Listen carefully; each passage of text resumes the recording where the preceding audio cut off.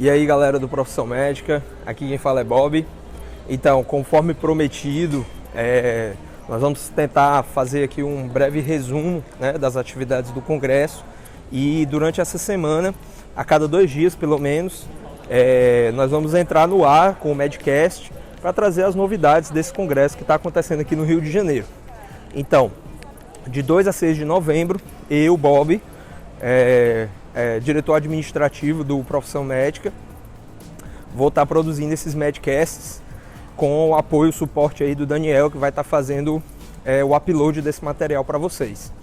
Então, ontem, né, nós tivemos a pré-conferência, eu entrei ao vivo pelo Facebook para mostrar para vocês o encontro dos jovens médicos de família. E hoje eu também estava fazendo parte desse grupo, né, que teve como ações, né, a atividade de hoje voltado para setores específicos nos quais essa organização, né, a WONCA, e o grupo dos jovens médicos, que se chama Movimento Huayna-Kai, aqui na América Latina, né, é um movimento que abrange a América Latina e também parte dos países latinos da Europa, como por exemplo Portugal e Espanha. Então esse grupo estava organizado juntamente com outros movimentos de jovens médicos de família, como eu falei na transmissão de ontem que eu fiz ao vivo para vocês, que agrega os profissionais que têm até 5 anos de formação dentro da medicina de família e comunidade. Então, no total são 7 movimentos de jovens médicos pelo mundo, que se dividem de acordo com as regiões onde eles se organizam. E o debate ele girou em torno de algumas situações, dentre elas intercâmbios, saúde do jovem médico de família. Então existe uma preocupação, eu vou dar destaque em alguns, tá certo, pessoal, dos que eu participei mais, tá certo? Então existe um grupo que discute a questão da saúde do jovem médico, que vai lidar com certas questões como, por exemplo, o burnout, né? É uma situação já bem conhecida, né? Não somente dos médicos de família, mas na medicina como um todo, né? Que é aquela situação de estresse em que o próprio profissional de saúde se submete pelo fato de ele mesmo lidar com situações de grande sofrimento no seu dia a dia, que são as queixas dos seus pacientes, né? Então não é incomum, né? E cada dia mais com a carga de doenças aumentando, né? Então no Brasil, por exemplo, a gente vive um momento de transição epidemiológica, mas a gente ainda tem uma grande carga de doenças infectoparasitárias, as doenças crônico-degenerativas e os outros acometimentos, como por exemplo as causas externas, né? Os acidentes, as mortes violentas, né? Então nós temos uma tripla carga de doenças, né? E isso sobrecarrega os profissionais de saúde, principalmente os médicos. Então essa questão do burnout e a saúde do jovem médico, ela gira muito em torno desses assuntos, o que é por demais importante que nós tenhamos em mente, que nós possamos refletir sobre isso, porque ações nesse sentido, elas também são prioritárias dentro de um sistema de saúde. Outro assunto que foi debatido, do qual eu fiz parte especificamente desse grupo, foi o assunto de saúde planetária. Então, dentro do contexto do pensamento da medicina de família, né, e pensando também a nível mundial, já que nós estamos num congresso mundial, um congresso internacional, então existe essa preocupação de pensarmos também a questão do ambiente, né, o planeta em que nós vivemos, a situação em que está posta para nós, de que nós temos dentro o nosso planeta é um planeta finito, né, ele não é infinito de recursos naturais, recursos esses que nem deveriam ser chamados de recursos, pois dão a impressão de que eles estão lá simplesmente para que nós os utilizemos, né? Quando na verdade nós temos que encontrar um equilíbrio entre a coexistência nossa com tudo isso que está ao nosso redor, né? Que é o ambiente, que é o planeta em que nós vivemos. Então foi muito bacana, né, o espaço. Outros assuntos também foram debatidos, como a questão de intercâmbios, né, que chama muito a atenção, né, do pessoal, principalmente a galera aí que estudante de medicina, né? Talvez aí você que escute o nosso Medcast tenha dentro da sua faculdade, você que é estudante, polos da IFMSA, por exemplo, né? que organiza a questão de intercâmbios, né, entre escolas médicas do Brasil e do mundo. Também, de repente, pode ter na sua escola uma CLEV, né, que funciona semelhante, só que através da DENEM, né, a Direção Executiva Nacional dos Estudantes de Medicina. Então essa questão dos intercâmbios ela também persiste quando nós falamos em residência, né, em medicina de família e comunidade. Bom, enfim.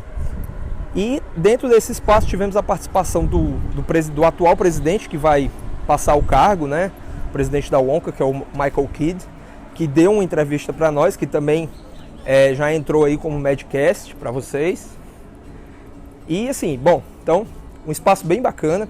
Entre outros espaços que eu pude participar, né, eu também tive presente num espaço sobre tratamento de tontura e vertigem, né, no qual se deu foco a situação mais prevalente, que é a vertigem paroxística benigna, né, em que o foco de atuação básico é a questão da manobra de Epley, né, como tratamento, né, e a Dix-Hallpipe como diagnóstico. Eu também tive a oportunidade de gravar um vídeo. Esse vídeo também já está nas mãos do Daniel. Ele vai editar para que a gente jogue dentro de um dos nossos canais, né? Ele não vai poder virar Medcast porque é interessante que seja visualizado, não somente ouvido, tá certo? E o último espaço também que eu vou participar amanhã, no qual eu vou poder dar informações melhores, né, para vocês a respeito de tudo que está acontecendo aqui, é um espaço sobre cuidados paliativos na atenção primária. Então esse espaço, né, de cuidados paliativos na atenção primária, ele realmente vai tentar trazer o enfoque dessa situação, né, do tratamento dos cuidados paliativos, voltado para a questão da atenção primária. Porque a gente realmente percebe, né, eu que tenho pós-graduação em cuidados paliativos, que os cuidados paliativos eles ainda estão muito relacionados, mesmo na questão das suas publicações, mesmo na questão dos seus ditames gerais, a níveis terciários, né? Porque ele, de uma certa forma, demanda um nível de atenção ao paciente muito especializado.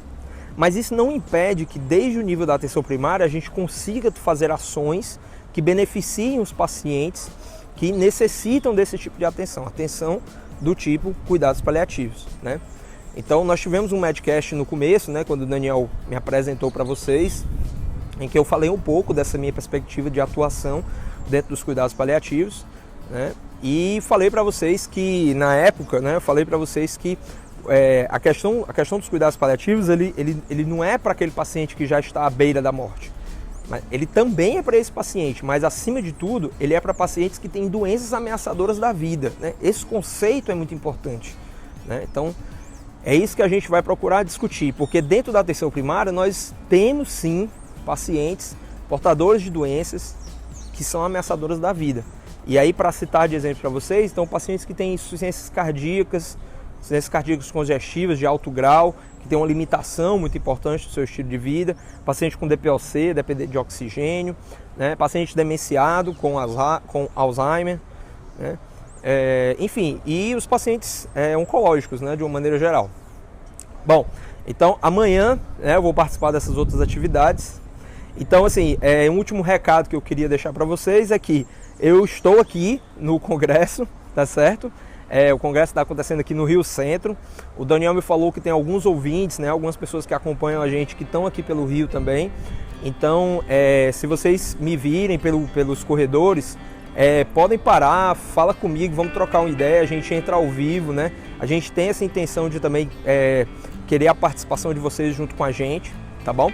E eu acredito que amanhã eu devo postar mais uma entrevista, né? Esse Medcast com, assim, mais ou menos as atividades que aconteceram no congresso e tudo mais, a gente vai estar disponibilizando a cada 2 dias, como eu falei, porque aí eu vou fazer um apurado de 2 dias de congresso para poder fazer o Medcast, tá certo? E é isso, pessoal. Um grande abraço para vocês e até a próxima. Para acompanhar novos conteúdos relacionados ao ONCA 2016, é só ficar atento nos próximos episódios dessa série especial que a gente está fazendo aqui no Profissão Médica. Para ter acesso aos vídeos, às entradas ao vivo, busca no Facebook Profissão Médica, curte a fanpage, ativa as notificações. Um forte abraço e até os próximos episódios.